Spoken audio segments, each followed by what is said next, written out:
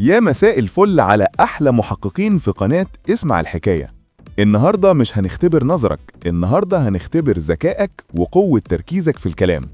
قدامك 3 جرايم غامضة، وفي كل مرة في شخص واحد بس هو اللي بيكذب.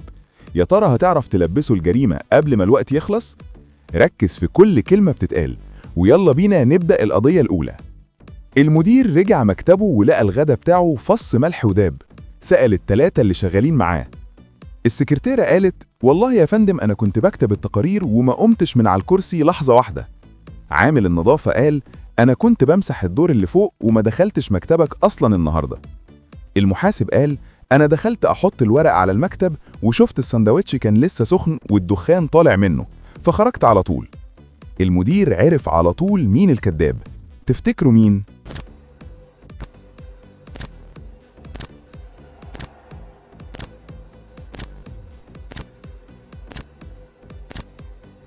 الحل؟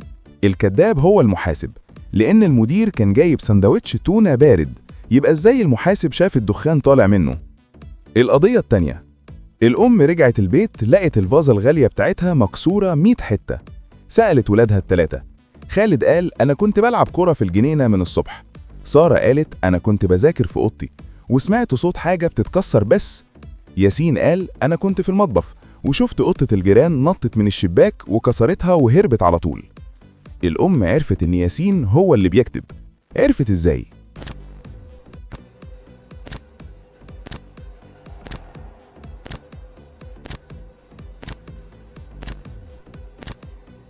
الحل؟ ياسين هو الكذاب، لأن الدنيا كانت بتمطر والجو برد جدا والشبابيك كلها كانت مقفولة بالترباس، يبقى القطة دخلت وهربت منين؟ القضية التالتة. واحد بلغ إن جاره سرق ساعته الذهب وهو مش موجود. الجار قال: الكلام ده ما حصلش، أنا كنت طول اليوم بعوم في حمام السباحة المكشوف اللي في جنينتي عشان أستمتع بالجو. المحقق قبض عليه فورا بتهمة الكذب. عرف إزاي؟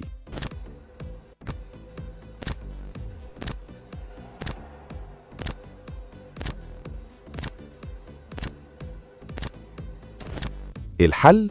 لأننا في عز الشتاء والجو كان تحت الصفر، يعني مية حمام السباحة متلجة ومحدش يقدر ينزل يعوم في الجو ده أبدا. حليت كام قضية يا بطل؟ لو عرفت ال3 يبقى أنت محقق داهية ومحدش يعرف يضحك عليك. اكتب لي نتيجتك في الكومنتات، وما تنساش تشترك في قناة اسمع الحكاية وتفعل الجرس عشان توصلك القضايا اللي جاية. كان معاكم المحقق الذكي، أشوفكم الفيديو الجاي. سلام.